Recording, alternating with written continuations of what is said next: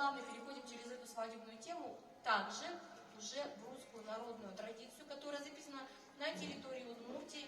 И как раз песня пелась в момент прощания и отъезда невесты из дома.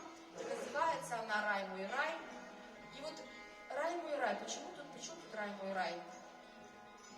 Эта песня, кстати, записана Мариной Кодревой в деревне Корсовай. Так вот, «Рай мой рай». Наверное, потому что девушка покидала то, что было для нее близко и так дорого. Для каждого понятие рая свое.